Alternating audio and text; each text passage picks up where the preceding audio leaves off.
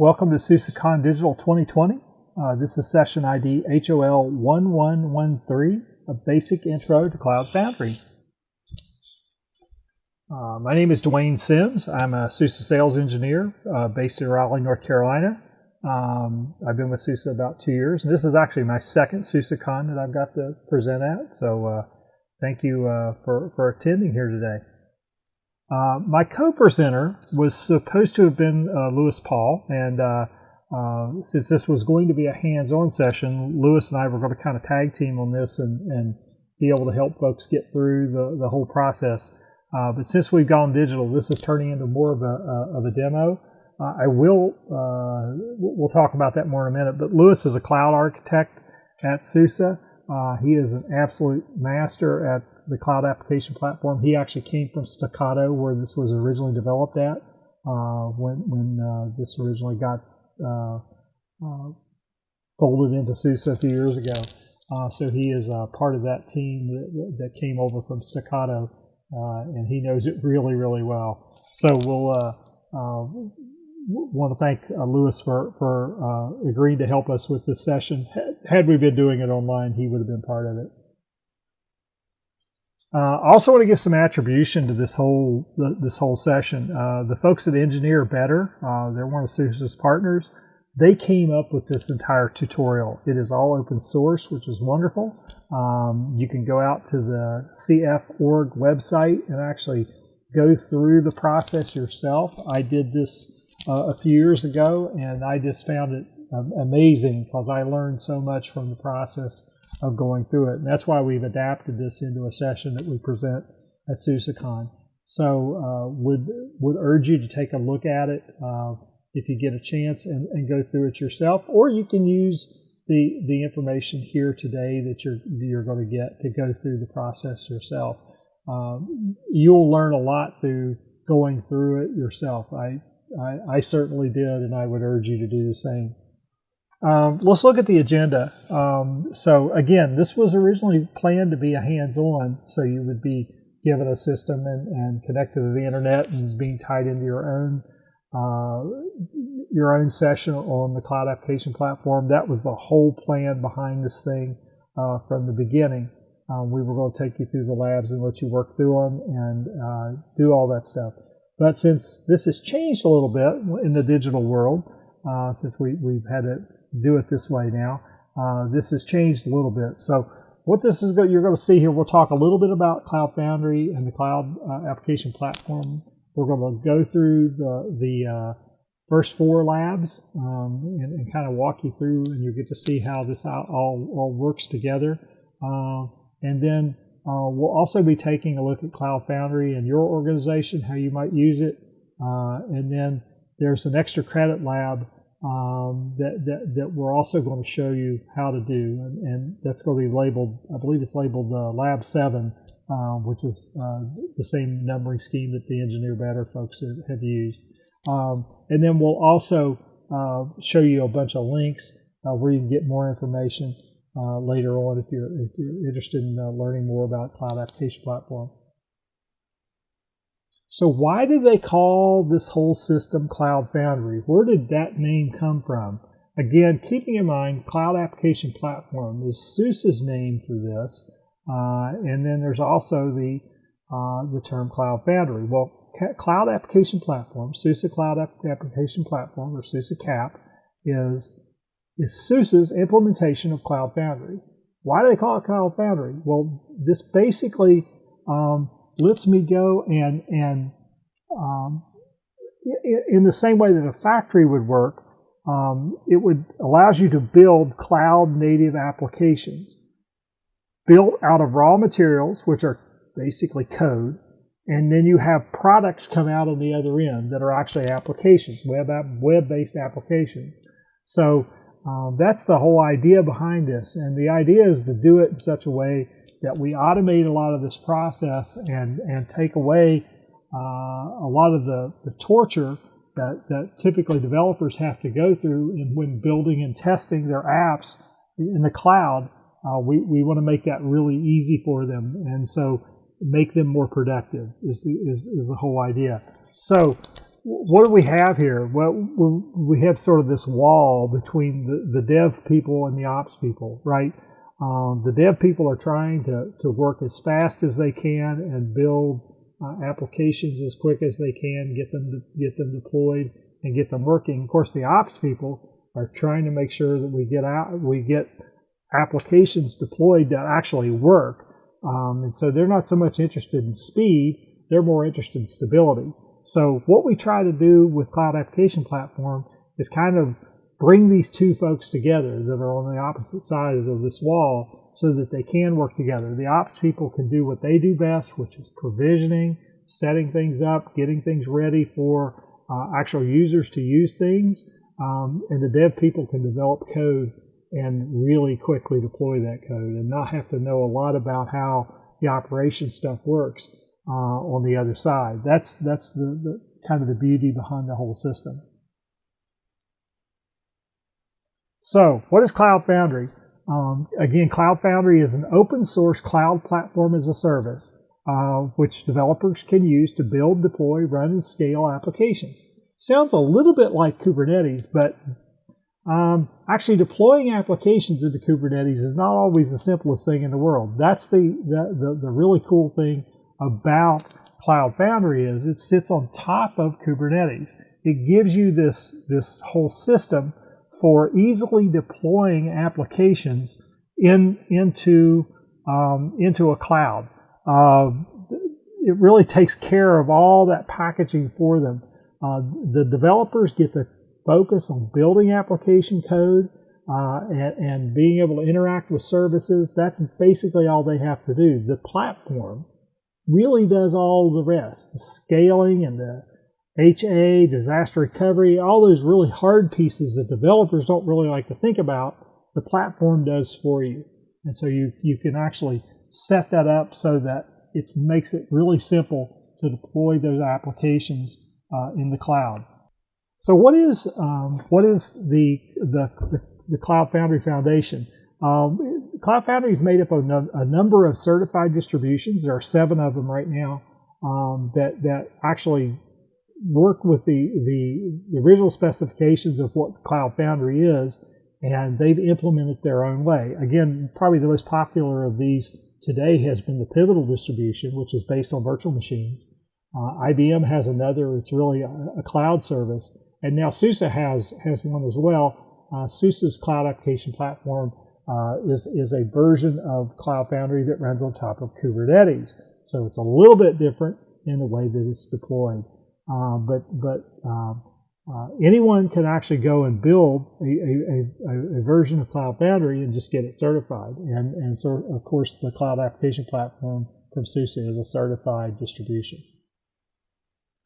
So, what is SUSE, the Cloud Application Platform? And sorry for this very wordy slide here, but basically this is a way of actually defining the Cloud Foundry system on a much more modern infrastructure framework. When Cloud Foundry was first formed, really there wasn't an easy way to do this other than to build it on top of virtual machines.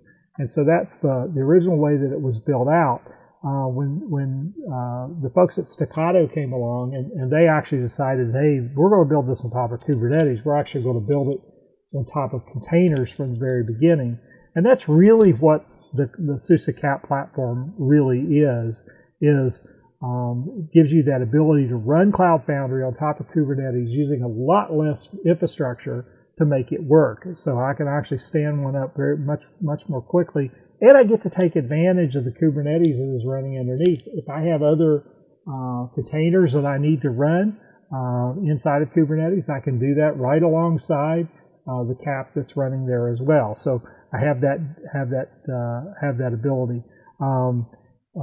So again, a key difference between CAP and the other Cloud Foundry vendors is CAP is a completely containerized control plane. That control plane is completely built as containers that's running in Kubernetes, and we don't use the BOSH system that the other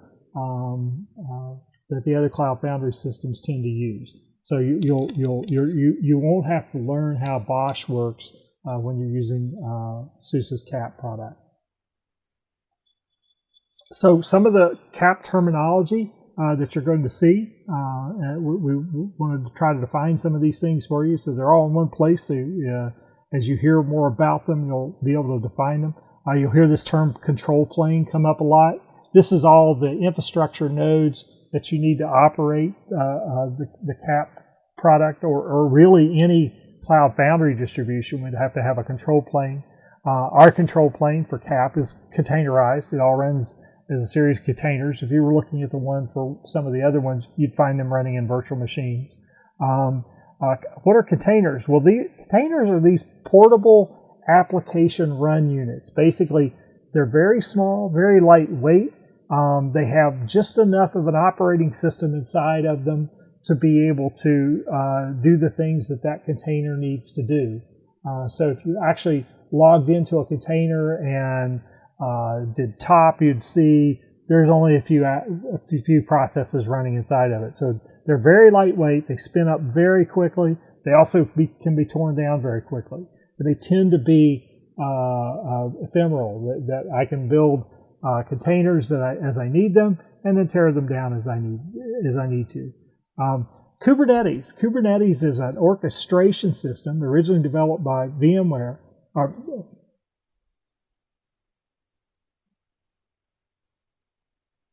Kubernetes is an orchestration system for containers. Was originally developed by Google to manage all the containers that they have to have as part of their operations. And so, again, this is all open source, and there are lots of different implementations of Kubernetes out there, including SUSE has a product called the Container as a Service Platform, CASP, and that is our SUSE's implementation of Kubernetes. So there are other sessions in here about that. If you want a quick introduction on how that works, you could check out HOL-1113, where we actually walk through the building and installation, automation of building a Kubernetes cluster. You'll hear the term Stratos used, and we'll be taking a look at Stratos later. Stratos is a graphical user interface for both CAP and Kubernetes. And really, it will tie into any Cloud Foundry. I can tie it into legacy Cloud Foundry implementations because they use the same APIs. So I can tie into any Cloud Foundry system, or I can tie into Kubernetes systems as well. Stratos is included with both CAP and with the Container as a Service Platform because it actually works with both. And you're going to see more really fun additions coming to Stratos in the coming months. Then you're going to also hear this term called Cloud Foundry build packs. A build pack is really like a language translator. It allows the developer's code to get published and defines all the things that would be needed for an application to get built. The build packs working with the code lets you build this thing that's called a runnable artifact that's called a droplet. And a droplet is actually what gets executed in a container inside of Cloud Foundry. That's actually the code that actually gets developed, the binary that gets created after all this process. So you'll see a whole bunch of different build packs out there available for different languages. So there'll be a Java build pack and a Ruby build pack and a Go build pack, Python build pack. So you get to see all these different ones that are actually out there and available. We'll be taking more look at that in one of the labs. So here's a nice block diagram that sort of shows the Cloud Application Platform. And you can see here on the right all of the pieces that actually make up the Cloud Application Platform. And again, we're not going to try to dig into all of what these pieces do. They do a lot of the code, the actual infrastructure that would be needed to actually allow you to run your code inside of SUSE CAP. And so the workloads interact with these different pieces that are already there. But if I also have containers, and you see here on the left, I have my own containers that have been developed elsewhere. There may be Docker containers or things like that I've brought in from other places or other applications. I can run them on the same Kubernetes because it's still Kubernetes down underneath.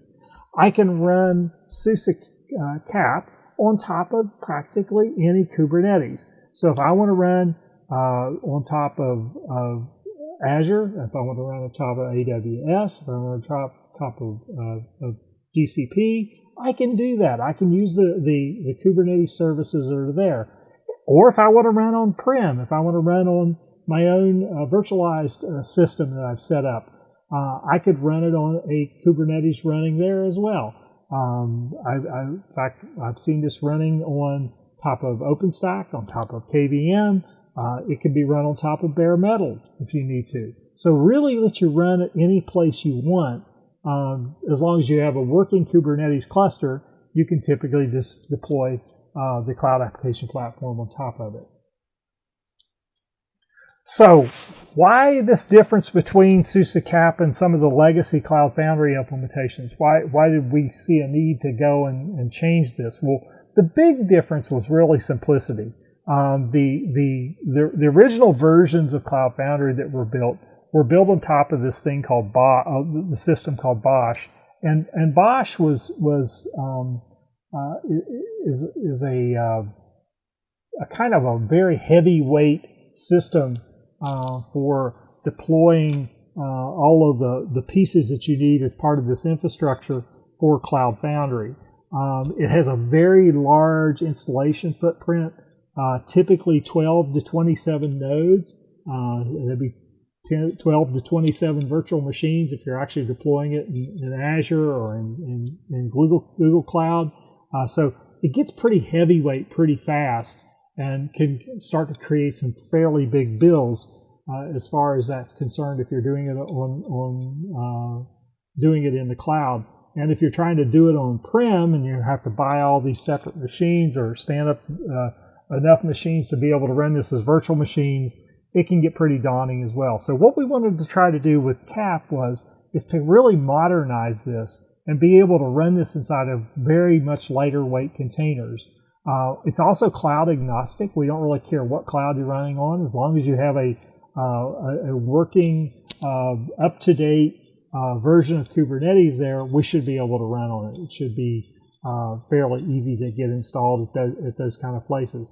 The idea also, I want to make this as small as possible. I can typically run SUSE Cap on seven nodes. I don't need a large configuration of virtual machines to run it on that you would see on legacy Cloud Foundry implementations.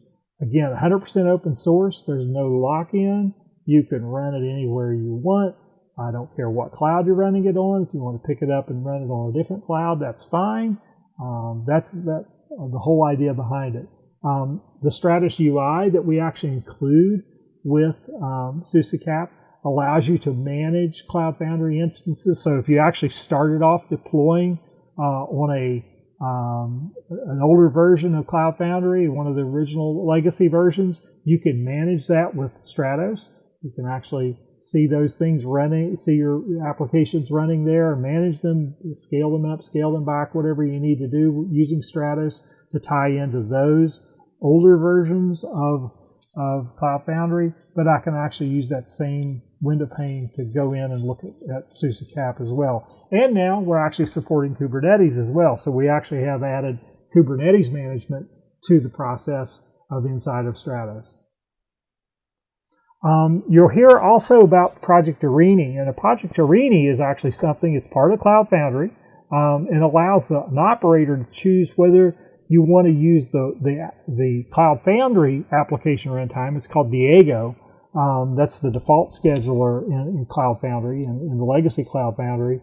You can use that. You can actually still use that inside of SUSE Cap as well, or you can pick Kubernetes to do your orchestration. So the actual pieces that are doing the scaling and all that stuff can be handled by Kubernetes rather than handled by Cloud Foundry. So this basically gives you that choice. Now, Arini right now is a tech preview in the Cloud Application Platform, but will become the default later on. So you're going to see that folded in over a little shorter amount of time. But if you want to turn it on today, you can do that at install time. So with that, we'll go ahead and get started on the labs, and I'll meet you back there. Thank you very much. So welcome to SUSECON 2020. This is Hands-On Lab 1113, a hands-on intro to Cloud Foundry and the Cloud Application Platform. We're going to be taking a look at this as a demo, but this was originally intended to be a hands-on lab that everyone would do. Fortunately, this is one of those labs where you can do this at home. You can do this on a virtual machine. You can do this on a laptop. The hardest part of this will be installing the Cloud Foundry CLI, and I'll try to pull some instructions together for that later. Right now, we're just going to go ahead and do the lab, assuming you've got the CLI already installed, but that would be the toughest part. Also, a bit of a divergence that I'm going to be doing today as we go through this. This was, if you follow the instructions as they were written in the slide deck, this assumes that you're going out to our partner, our Cloud Foundry partner, Any9s.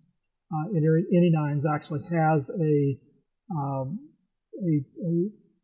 service set up to let you run Cloud Foundry in the cloud, which is really great. And actually, they have a free tier that you can get an account, log on, and do all of these labs. You get enough resources to do all of these labs easily without having to put a credit card or anything. So the instructions assume you'll be using Any9s. When I actually go through the labs, though, I'm actually going to be using a version of CAP. I'm going to use the Cloud Application Platform to do that on. Now, we don't have a service set up so that you could use that, but you'll get to see that happen on CAP instead of the Any9 service. Part of the beauty of this whole system is that once you learn Cloud Foundry and how it works, really doesn't matter where you're running it at, whether you were running it at Any9s, if you were running it on-prem, if you're running it, at GCP or at Amazon or Azure, doesn't really matter because you're going to interact with it in the same way. That interface doesn't change. So let's go ahead and quickly get into this, and I'll show you how to log on to the Any9 system, and so you can take a look at how that works. Again, you would go and register an account with Any9s, and the URL is actually in the slide, so I won't bore you with that part of actually setting up accounts. So I'm just going to assume you already have one set up. So this is actually the login command, cflogin-a https://api.de a9s.eu. And so we'll go ahead and do that, and it will come back quickly here and ask me for my email address.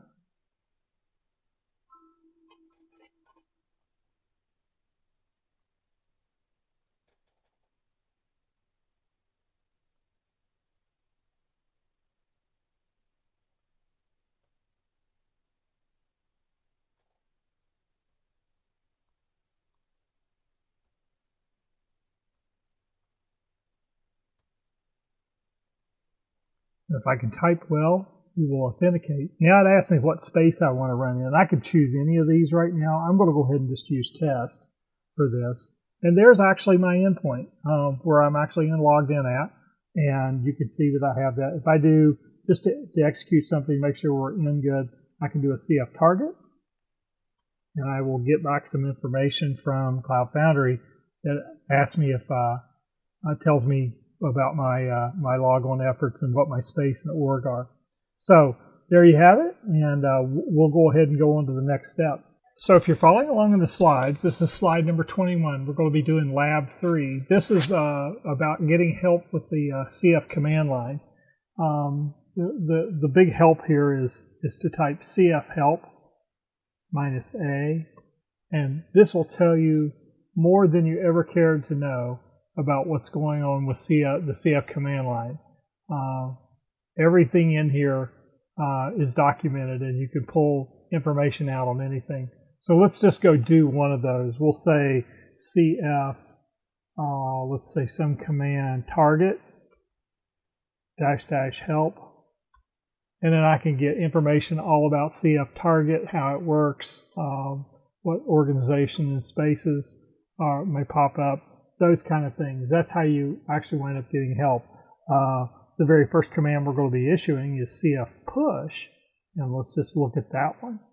And we can see that we can get a lot more information about CF push and some of the many options that are available when I start doing a CF push. So we're going to continue with Lab 3, and we're going to go and push our first app out to Cloud Foundry. And we'll do that by going into the files that we use for that. And the first one we're going to push is the web app. The web app is defined here. This basically gives you a quick little web-based application to look at. It's written in Ruby.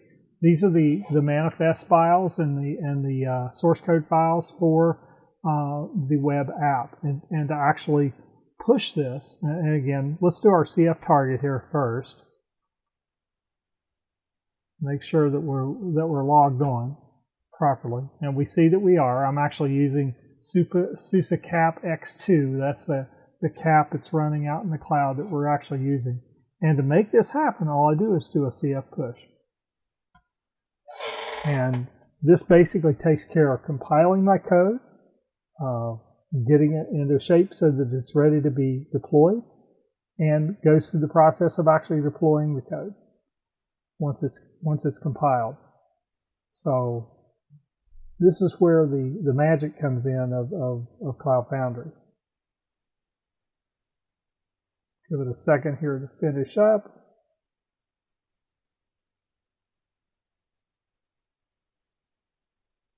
One of the things that will happen with the CF push is that you'll get a route assigned. We'll take a look at that in a second, and we'll see how we can take advantage of that.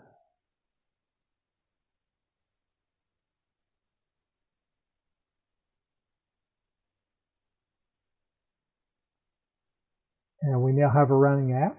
We also have a route that we mentioned before. That's basically just a name associated with a DNS name that we can actually go and access the app.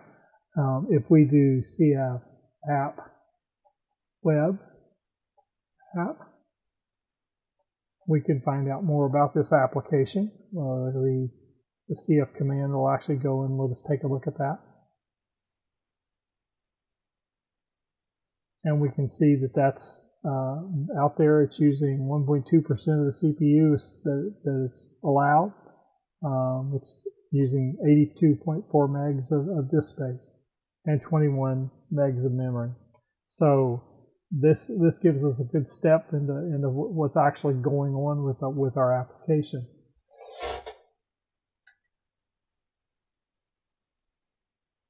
So now let's go and see if we can actually access this app. So let's pull up a web browser here. We'll go take a look at Stratus here in a minute too. The easiest way to do that is actually just to copy that URL right there. We'll go up and do that, copy, and we'll paste it in to our browser. And bang, there we are. Hi, I'm your first CF web app. That's all it takes to actually start using Cloud Foundry, is actually to go and start pushing some little apps. The beauty of this is I didn't have to contact anybody in an operations group and get an IP address assigned. I didn't have to get anybody to go out and deal with DNS for me. I went up with an easy to use DNS name right off the bat. This is where this allows programmers to do programming and not worry about operation stuff. And that's the beauty here of being able to use Cloud Foundry in this way. So this is our first step. This is Lab 3, and we'll continue to walk through this. So our next step in Lab 3 is to actually go and push a different app. Not all apps actually have web interfaces on them. Sometimes you have apps that are just going to be workers. They're going to be out there working, building some statistics, doing some data mining, whatever it might be. So let's go and push this other app that we have, and this is the worker app. And again, I can go and look and see the files associated with this app here. Very easy to deal with this. I just do a CF push. And I will push my second app out to the Cloud Foundry system. So he's going through this all again, building this. I now know the entire process for building this app and getting it ready to deploy is all in the manifest files. So I, as a programmer, don't have to worry about this every time.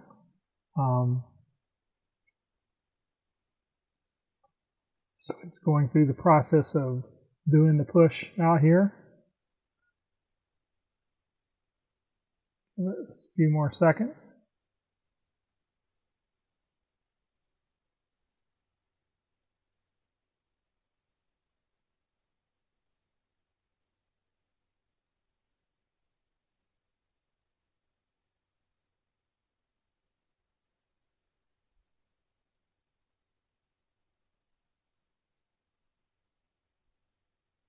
And there it is, it's running.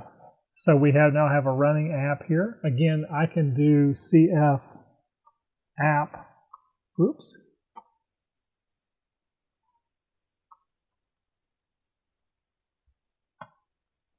And I can find out more about this, find out how much disk space it's using, how much memory it's using, so I can get a good idea of what's actually going on here. But you'll notice this one does not have a route assigned.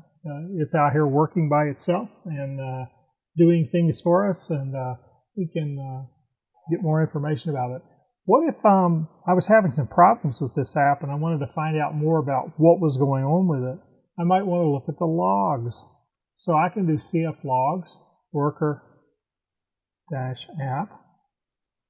and we can put the recent on there, and then I can get log information. Oh, and this is nice because this app actually sends information out to a log and tells us it's doing some work. So if I executed that again, I'd probably get a message advanced a little further there. And there we are. So he's it looks like every 5 seconds he's writing out a log message to the log file.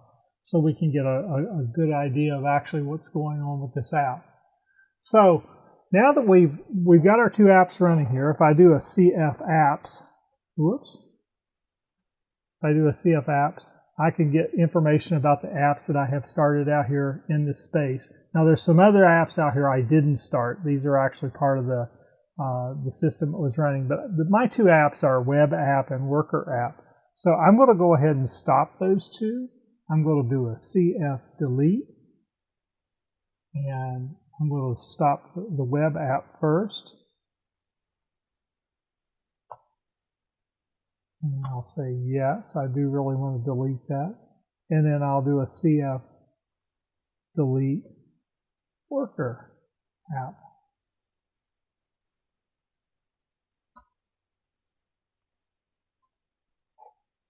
And now I've cleaned my space up, and I shouldn't have any of my apps out there still running. Continuing with the tutorial, we're going to do Lab 4 now. Lab 4 is all about build packs and how they work. We'll take a closer look at them. What is a build pack? A build pack is used to provide a framework and runtime support for applications that are being deployed. When you push an app, the build pack needed is automatically detected in most cases. The build pack is used to compile the application and prepare it for launch. So let's see what build packs we have available. Let's first actually make sure that we're still connected to a CAP. We're still connected to the Cloud Application Platform that we were using earlier. And it seems like we are here. We do a CF target on that. If I do a CF build packs, I can see what build packs are actually available to me. And looks here, I've got a lot of different choices. I've got Java, I've got Nginx, Ruby, Go, Python, PHP, a number of different things. You'll also see for all of these build packs, there's two different stacks available. The stack is sort of like the base Linux that you're going to be running on in the container. So we've got both SLE 15 for these, and we've also got the Cloud Foundry Linux generic version as well. So we'll take advantage of that. But let's go ahead and cut right now, and let's go take a look at the first app we're going to deploy here. So let's go and cd into 04 packs, and we'll do the static app first. And you'll notice here I've got some files here that I can work with. I've got a manifest, and it looks like I've got an index.html. Let's take a look at that one just for fun, and we'll see there that, oh yeah, we've got hello world in the title, hello world in the body. Let's actually change that, and we'll make that different. We'll call it SUSECON 2020.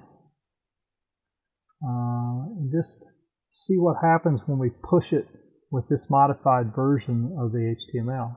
So we'll go ahead and push that back out. So what's next? Well, let's do CF push, of course. And when we do the CF push, Cloud Foundry will then pick up our manifest, figure out what build pack makes sense, and then build the static app and actually deploy it out onto CAP. So we're going through that process now. Takes a little bit of time.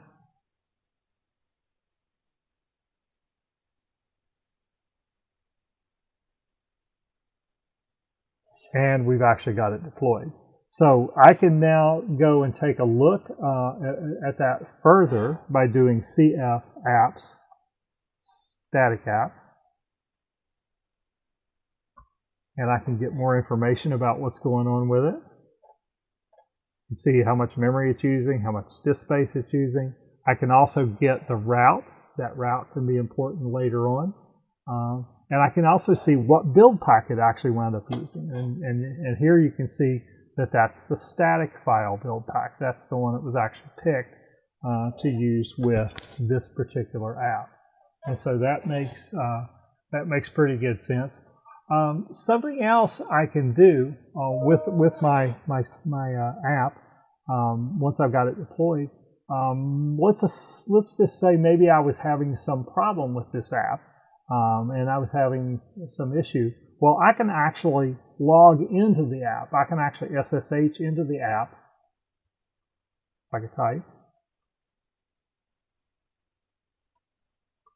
And I can actually get in here and poke around a little bit and see what's going on inside the app.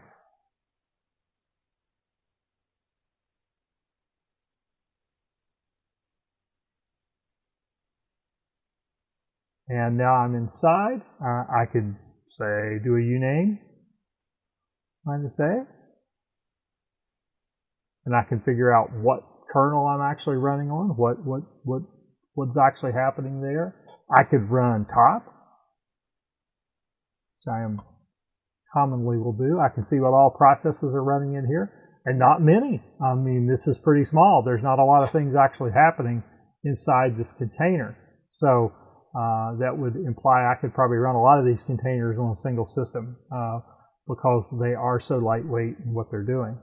What else can I do? Well, I can also go and take a look at the files that were inserted by the build pack. So if I do an ls of app, I can see that these were the files that actually got pushed into this container by the build pack. Interesting things that you could go and look at, especially if you're having some problems or whatever. It can be an interesting way to get in and do some debugging. Also, one of the things I can do with this is I can scale it. But before I scale it, let's go and we'll go out and actually query this and see what's actually going on. One of the nice things I can do now that I've got Stratus installed, I can actually go out and look at this app from Stratus as well. So I can go and look at my endpoints. There's my SUSE cap again.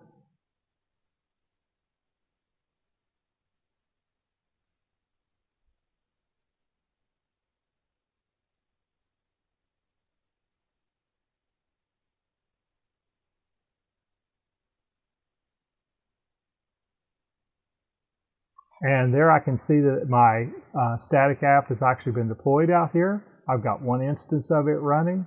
I can go and look at my routes. I can see, oh, there's my route for my static app. So I could actually copy that link.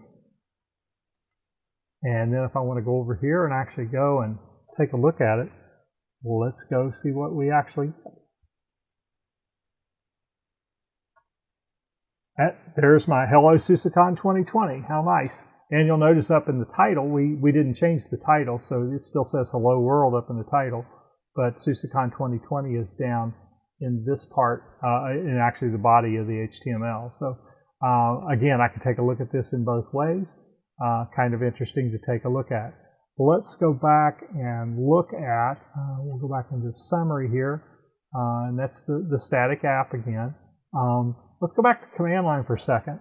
One of the things I can do with in Cloud Foundry is I can actually scale applications once they've been deployed. So if I do CF scale, I can actually get more copies of this running. Say I had a big load coming up and I knew I was going to need to have extra resources. I could actually say scale this up to 4. And now I should actually go and build 4 of these. And that says OK. If I do CF app,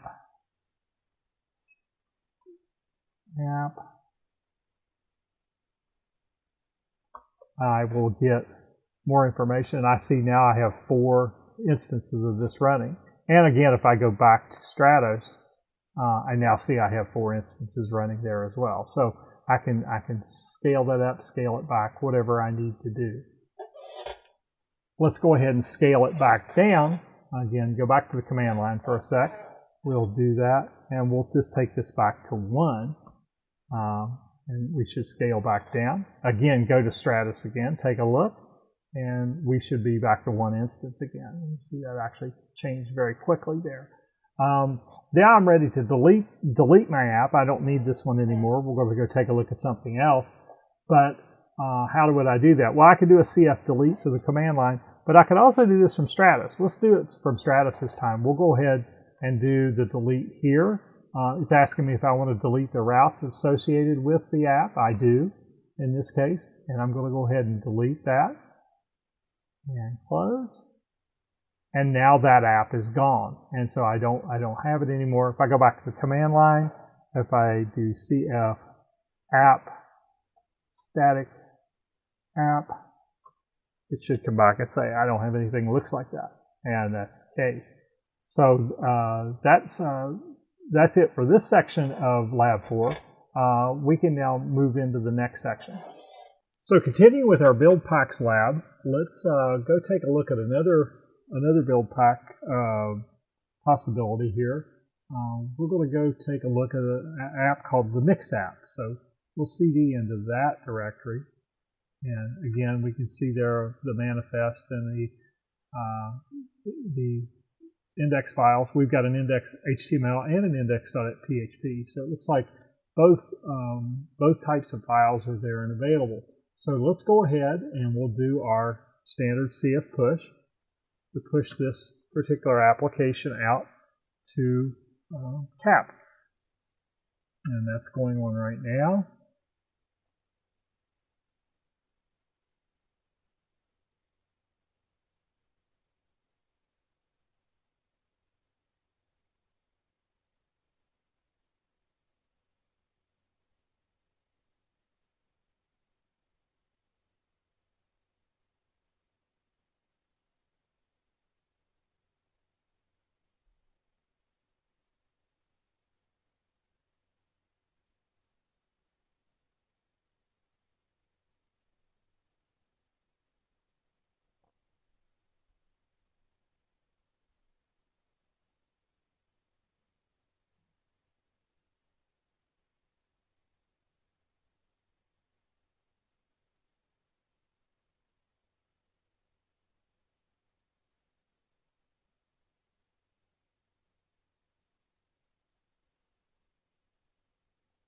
And now you can see that we've completed the push of the build pack, or of the Mixed app. And the build pack we picked up this time was the PHP build pack, and that would have been a clue from the PHP file that we had in the directory there, along with the manifest and the HTML file. So we've got a different look at this. We can actually go now and take a quick look at what we see here when we look at the we'll take a look and see what we get when we take a look at this in the browser. So let's go ahead and pop up a fresh one. And let's look at the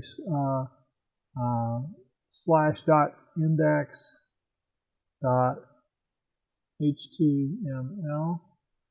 And we get the classic hello world. That's okay. That's what we were expecting. But one thing we can do as well is we can go back and look at the PHP. And when we do that, we actually get information about the PHP that we picked up from the build pack. And so we actually can go out there and see all the information about how PHP was loaded on the system, the resources that are available along with that. Again, if I was debugging something here, this would be very useful information for me to have. Again, going back to the command line, one of the things I can do is I can CF into the mixed app again. So I use the SSH command, and I'll put that in. And we should get our command prompt there. Again, I can look at see what files were actually inserted to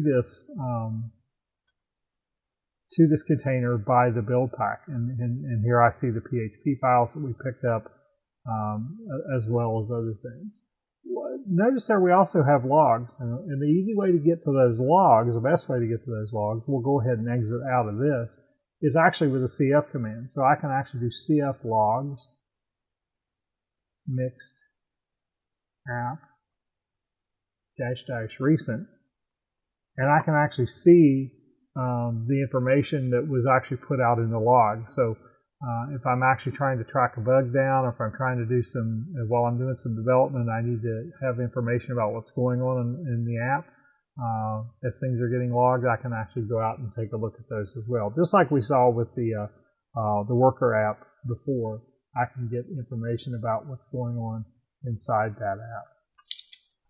Okay, continuing on with the build packs lab, let's now go and re-push this application with a specific build pack. And this build pack will actually pull from GitHub and actually add and use that specific build pack for the CF push. So let's go ahead and paste this command in here so you don't have to see me type this long command. But what this does, this is actually adding some parameters to CF push. This will give us the -B, which actually will let us go and specify a specific build pack. In this case, I'm going to pull it off of GitHub. And I'm also going to do the -S, which actually says use a specific stack. And so this time I'm actually, instead of using the default SLE stack, I will actually use the generic Cloud Foundry Linux stack. So let's go ahead and do that now and let the CF push happen.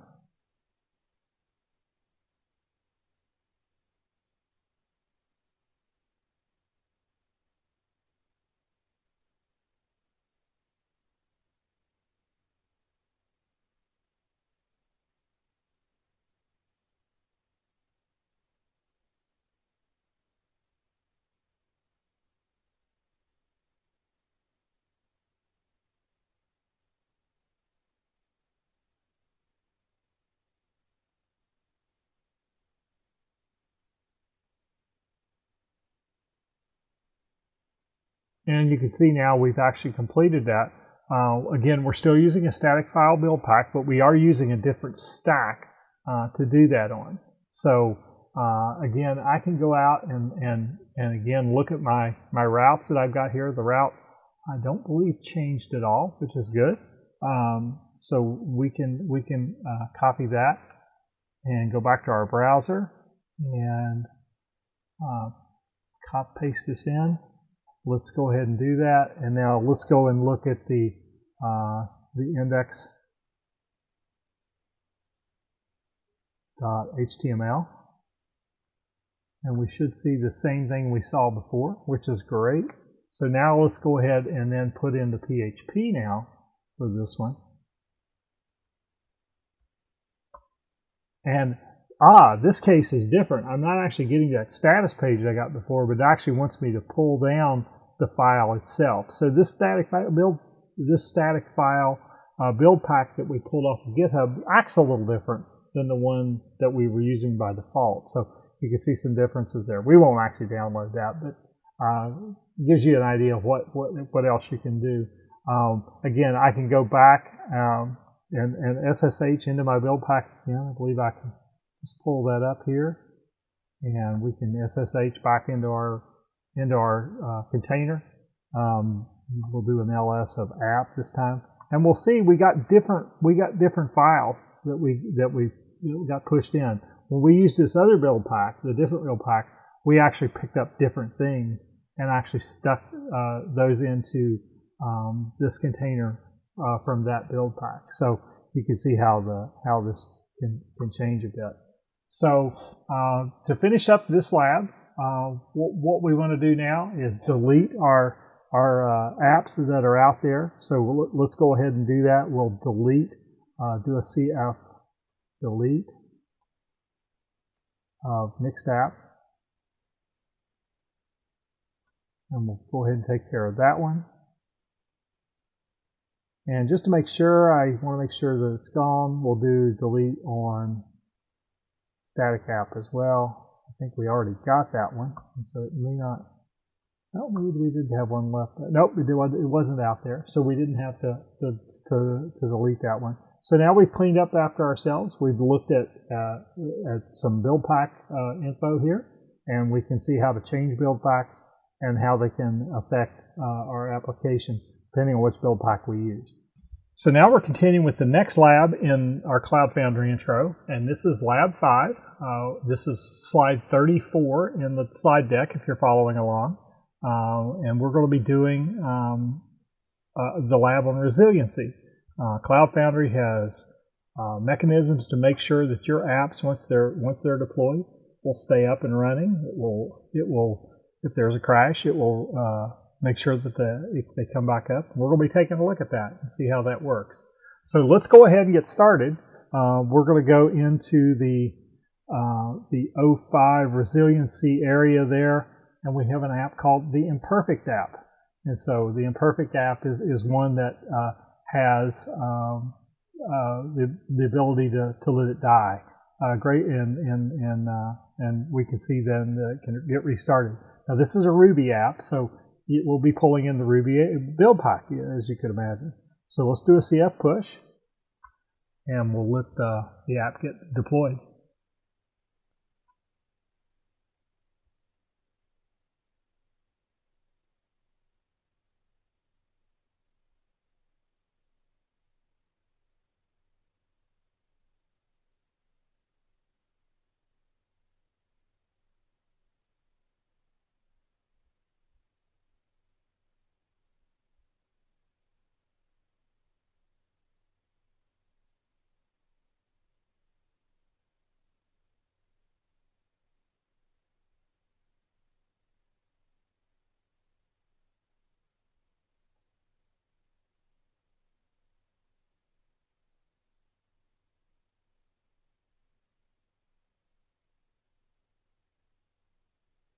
And now the app has been deployed, and you can see there that it's a running state. We're using 67 megabytes of disk space, and so it's all running. And you'll notice also that it has one instance, and we've asked for one instance. So that's kind of where we're at right now. So let's go ahead and grab the route, as we're used to doing. And we can go and copy that. And now let's go over to our browser, and we will paste that in. So we have that route, and there it is. So I'm app instance 0, and running at 10.093.180, and that's the internal IP address inside there that we're getting to. So the thing to do here is I can press the crash me button, but I want to be ready to do that because sometimes it comes back so fast that we're not able to catch it. Sometimes it's slower, sometimes it's not, but we'll go ahead and press crash me, and we'll go see if the app is crashed. And oh, it's already restarting. So that's actually a good thing. It means we didn't quite catch it in a crash state, but Cloud Foundry is already restarting it. So I can go back to my browser over here. Let's take the crash part off, and lo and behold, it's running again. So even though it had crashed, it got restarted almost instantly. And I can go back down to my Stratus console, and let's see, we can go into CAP. We have our imperfect app there, and we can see that one instance is deployed. It's been running for 34 seconds since we crashed. That's about how long it's been. So that is a quick look at the resiliency abilities of Cloud Foundry. So to continue with the resiliency lab here in Lab 5, let's go ahead now and we'll take that same app that we had deployed before and we'll scale it. We'll scale it up. And you've seen this happen before already. And we'll do instances 3. So we should be scaling that up. We can now go and look at imperfect app here again.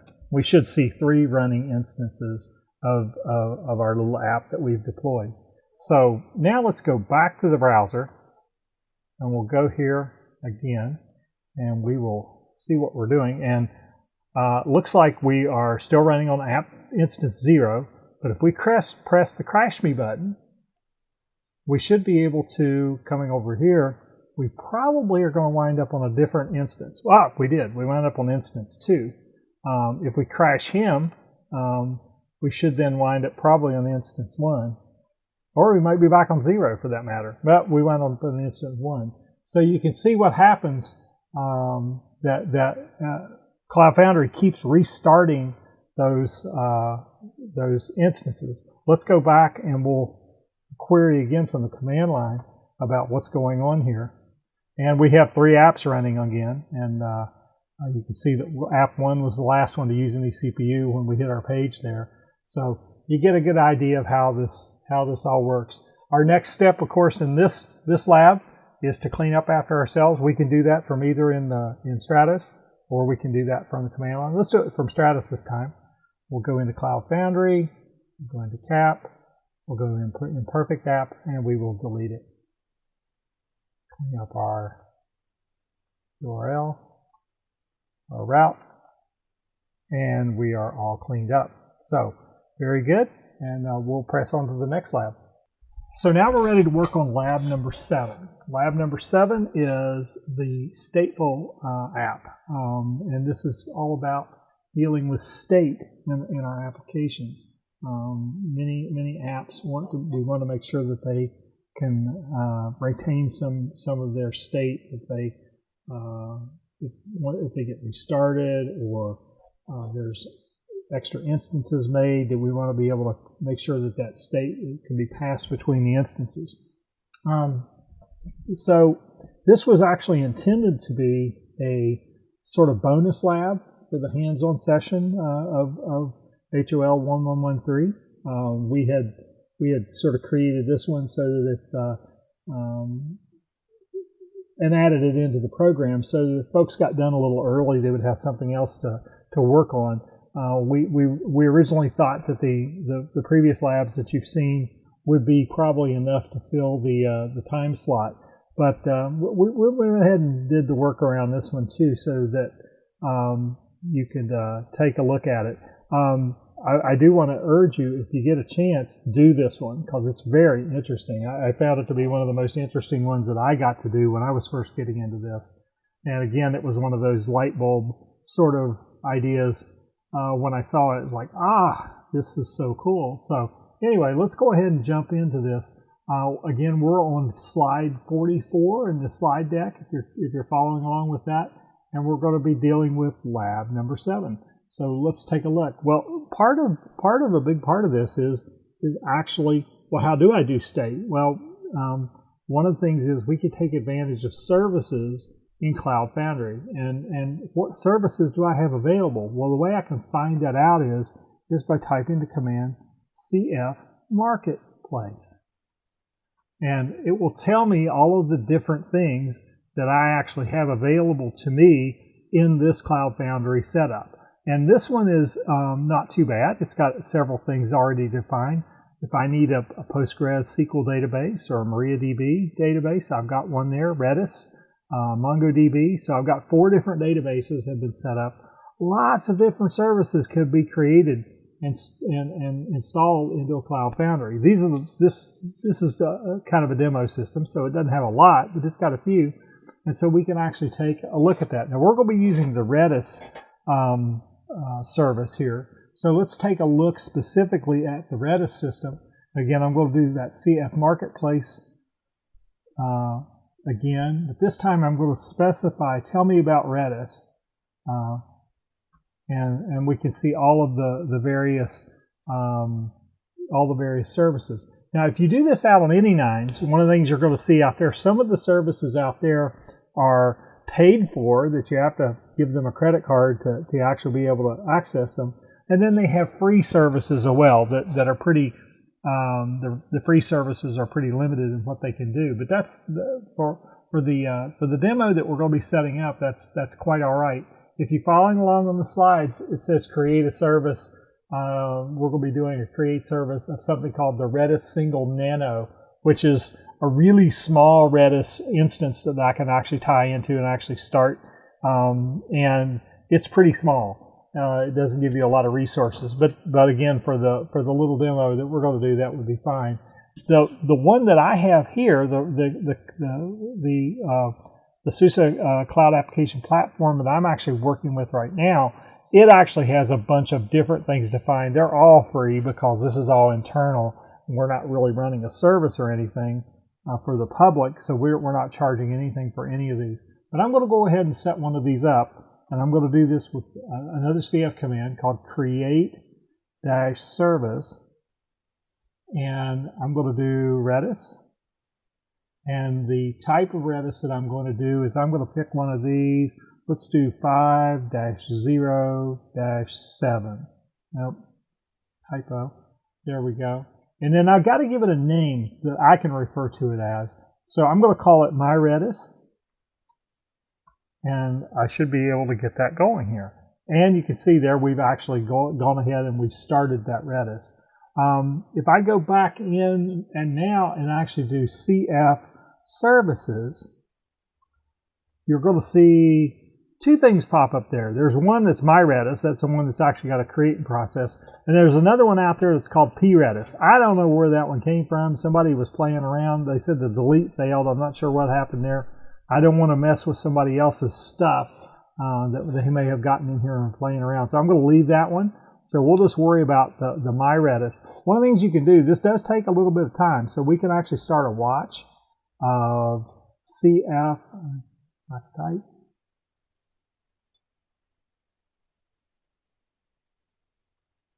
of CF services, and we'll get an update on this every 2 seconds as to what's actually going on. So we'll just let it run here for a little bit, and this will finish up, and we'll come right back.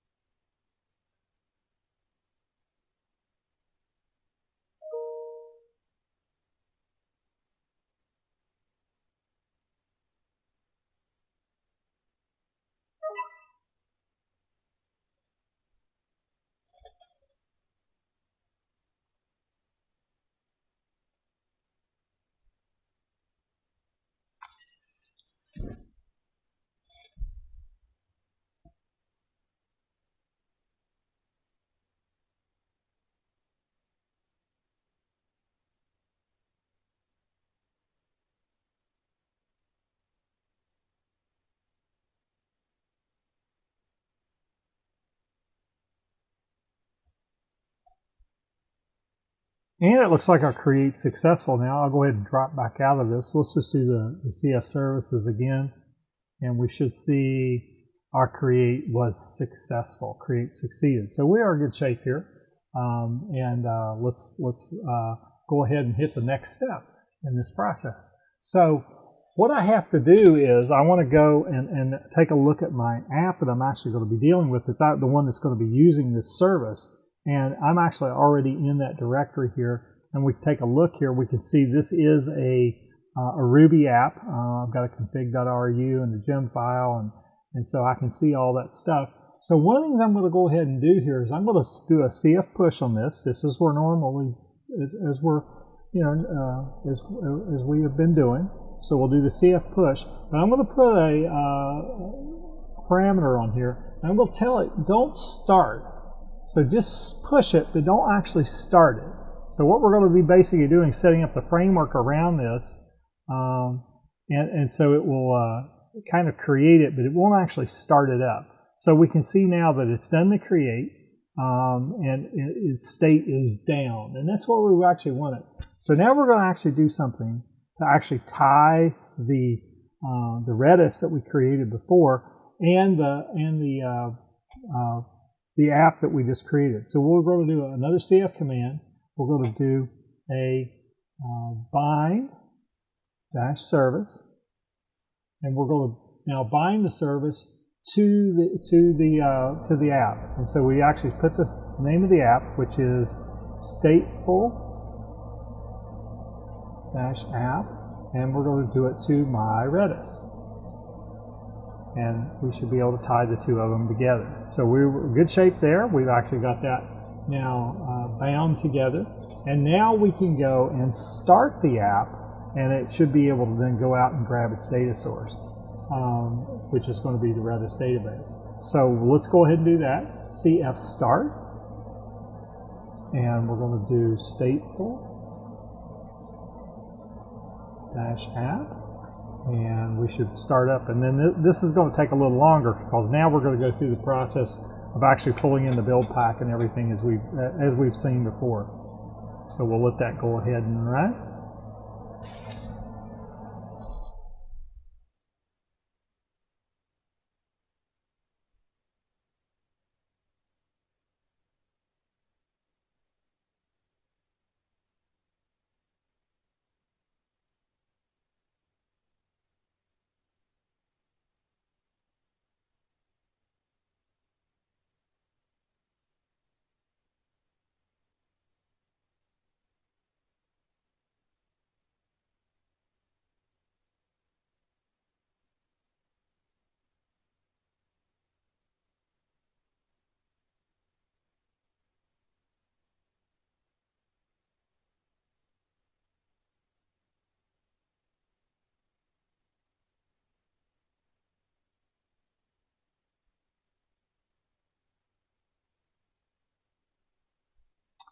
And there we go. We will actually have a running app now. It's in running state. So how do I know if the thing actually did the bind? Did it do that? I don't know, but let's take a look. There's a command we can actually execute called cfenv. So we can actually get the entire environment for our stateful app.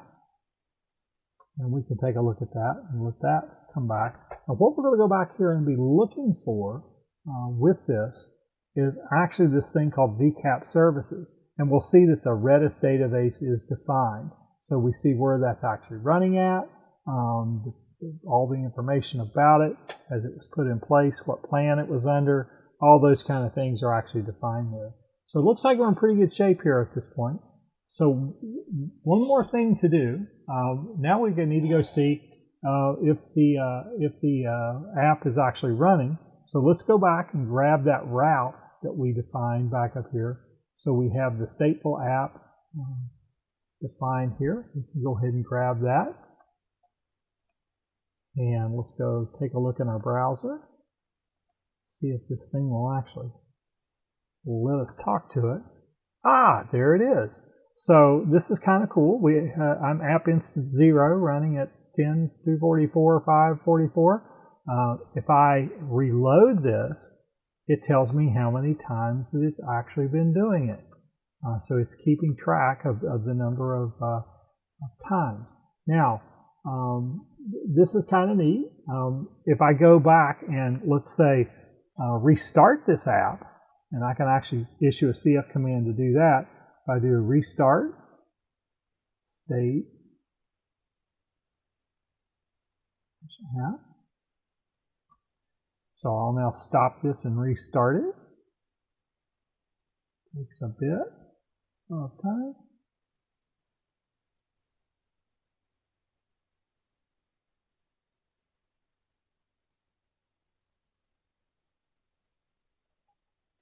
And I believe it will show up as okay because sometimes it just comes back and says that CF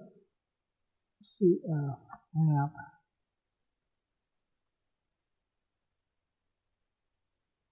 Sometimes it takes a little bit of time to actually get restarted, so it will show it as failed.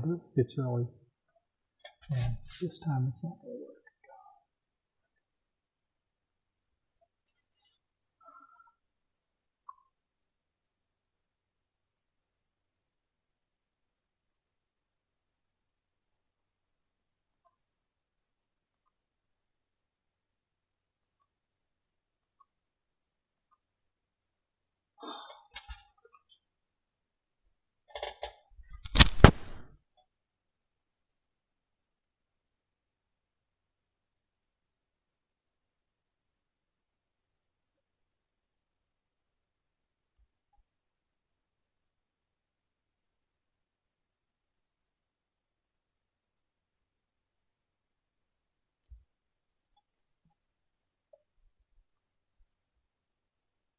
All right, we're going to edit that little bit out. We'll actually, after the restart, we will reapply. So now I see that my stateful app is actually rerunning after the restart, and I can go back over here. And very nice. Now I've actually got 6 times in total showing, and only 1 time through this app instance. So as I start clicking through those again, the numbers are different here. I've got 8 times total, but for this one particular instance, I've only hit it 1 time. So I can take a look at it that way. So the data is stored statefully in the Redis database, even though I've restarted the app. Okay, so let's take another step and take a look at this. What else could I do? Well, one thing I might be able to do is scale this. So let's go ahead and scale this up to 2.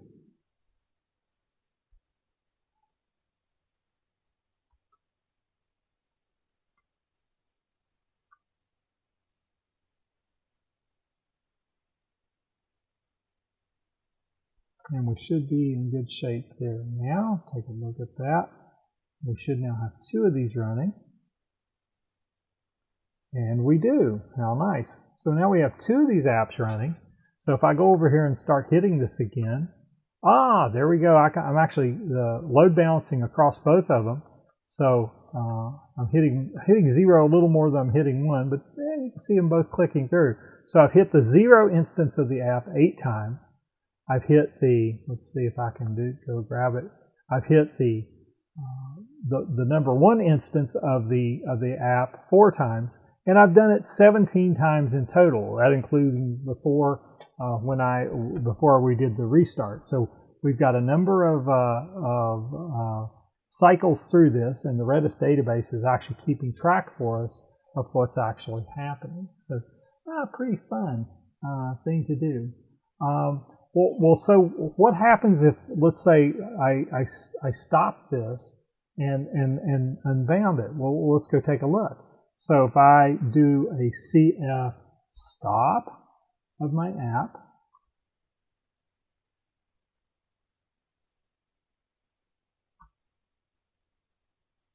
so we'll go ahead and stop that. I'll do a CF unbind service stateful app and my Redis. So that will actually disconnect them for me. And that's fine. So what happens now if I go ahead and rebind that together as we did before?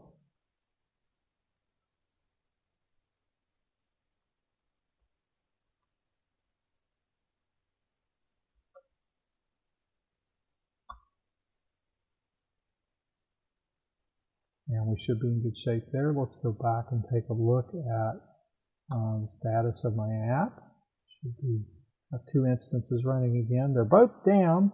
They probably haven't come back up yet, so I'll give it a second.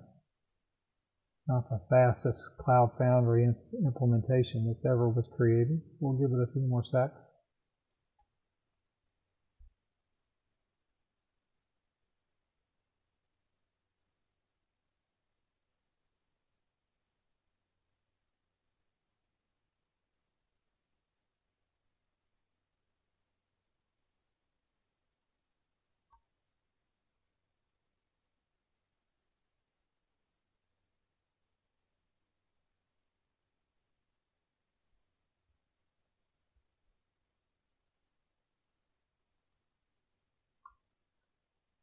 All right, so now we've actually we've rebound our service to the stateful app. So we should be able now to do a CF start, stateful app.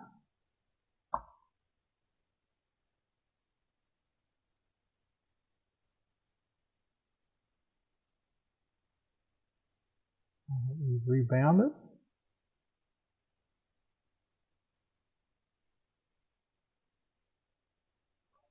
Let's take a look here.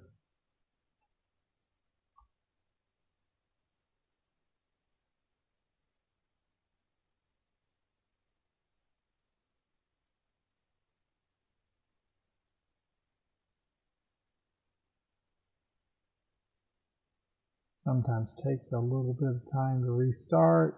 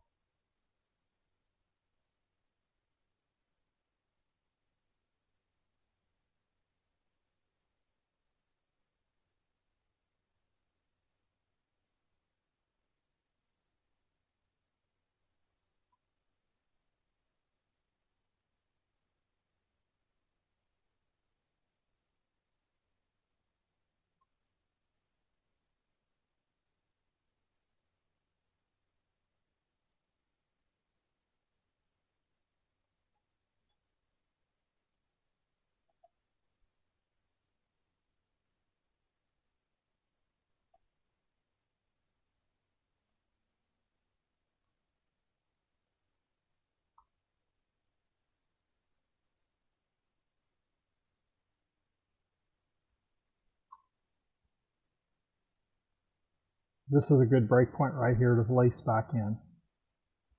And so now after our CF start, we should be able to see the status of the apps. And both are now running again, which is great. I go back over here to my browser and bang, there we go again. So now I'm hitting 0 and now 1, but you see that number right there? That number continues to go up because every time that I refresh, I'm still connecting to that same Redis service that I had actually started up before. So even though I had stopped my app and unbound, even though I still had the same Redis service that I had defined. So the database was still there. It still was contained its state, and so it's ready to, once it was rebound to the app, it was ready to restart collecting that data. So what else can we do with state here? Well, what would happen if I completely deleted that Redis database? Well, let's go take a look at that scenario. So let's go again. We'll do a CF stop. State will app. That should stop that okay. Again, we'll do the CF unbind service stateful app, and we'll unbind my Redis. So that should unbind completely. And now I can do a CF delete service my Redis. I do want to delete it. It should delete it all together. Delete progress we can see there. We can do CF service.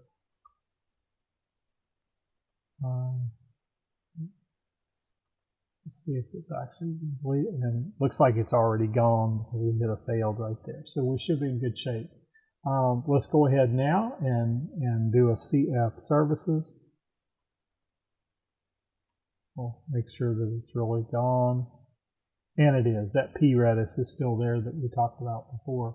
So now what do we do? Well, let's go back and now we'll just recreate it using the same names that we did before. We'll do a create service, and we're going to do Redis, and I think it was 5-0-5 is what we picked before, and we're going to call it my Redis.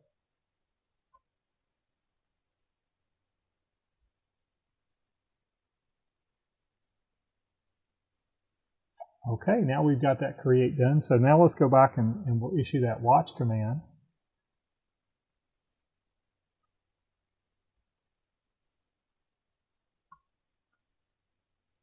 And we'll wait till we actually get a completion of the start, the create of the Redis service.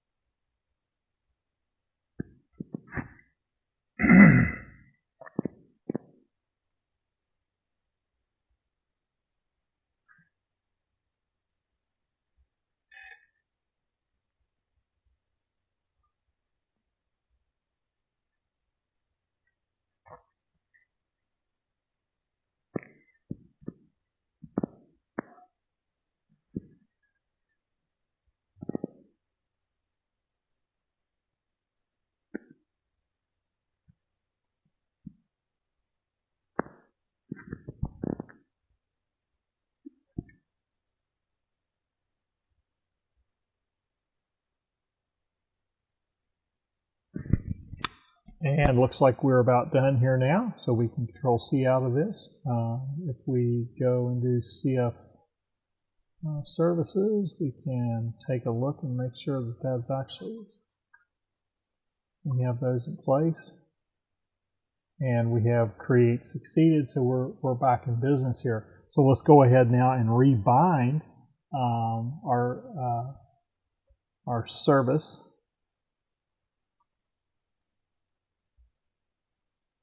to our apps. So our stateful app is already defined, it's just stopped. And my Redis. And we should bind those two together. And we'll go ahead and do a CF start. of stateful app.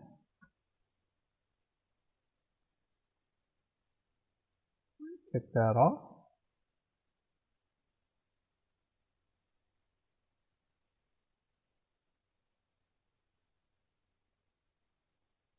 And there we are. So we're back to now having two of these instances running again.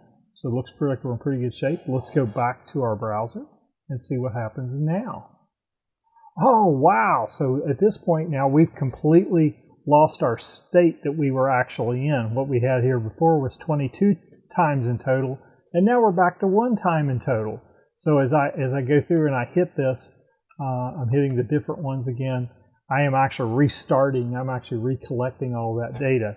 So by actually unbinding, deleting the Redis service, the MyRedis service that we had created before, and now recreating that service, we actually lost all of that state. So it gives you a good idea of some of the things you can do there. So let's go ahead now and sort of clean up after ourselves. We'll go ahead and do a CF. We'll go ahead and do a CF stop of the stateful app.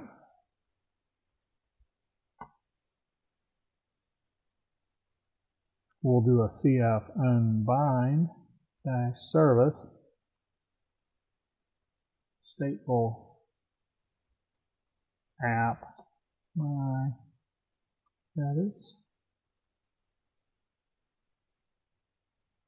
We'll do a CF delete stateful. So we'll get rid of our apps, app instances, and that should be taken care of. We do look at CF app stateful dash app. We found it's not found, and we can now do CF delete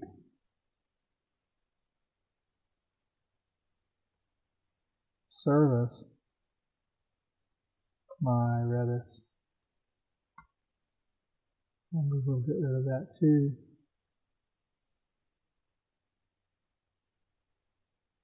And now if we go and do a CF services, you should see it's not there, and it is gone. So now we've cleaned up after ourselves, and we've kind of done the lab here that actually deals with state in Cloud Foundry.